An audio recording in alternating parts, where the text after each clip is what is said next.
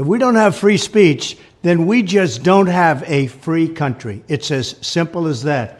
If this most fundamental right is allowed to perish, then the rest of our rights and liberties will topple, just like dominoes, one by one. They'll go down. That's why today I'm announcing my plan to shatter the left-wing censorship regime and to reclaim the right to free speech for all Americans.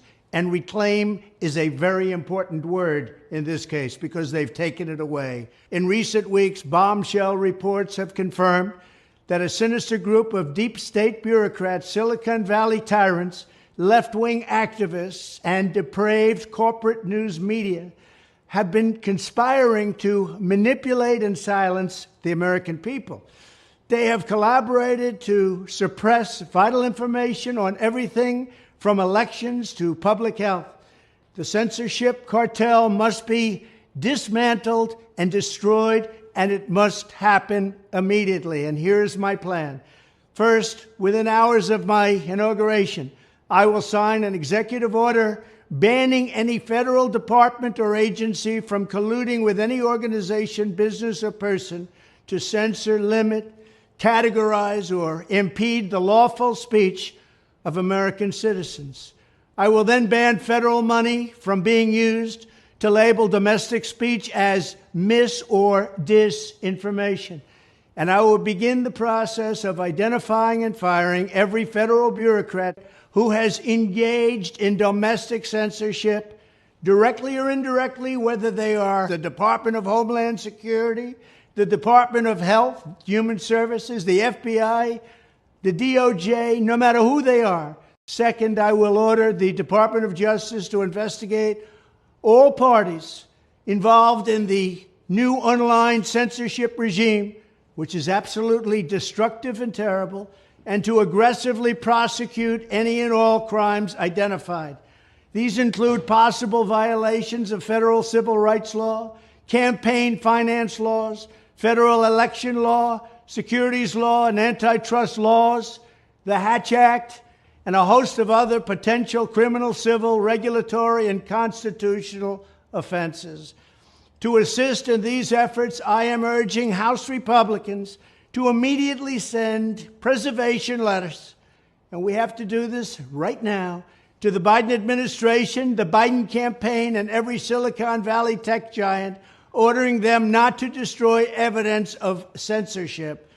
Third, upon my inauguration as president, I will ask Congress to send a bill to my desk revising Section 230 to get big online platforms out of censorship business. From now on, digital platforms should only qualify for immunity protection under Section 230 if they meet high standards of neutrality, transparency, fairness, and non-discrimination. We should require these platforms to increase their efforts to take down unlawful content such as child exploitation and promoting terrorism while dramatically curtailing their power to arbitrarily restrict lawful speech. Fourth, we need to break up the entire toxic censorship industry that has arisen under the false guise of tackling so-called mis- and disinformation.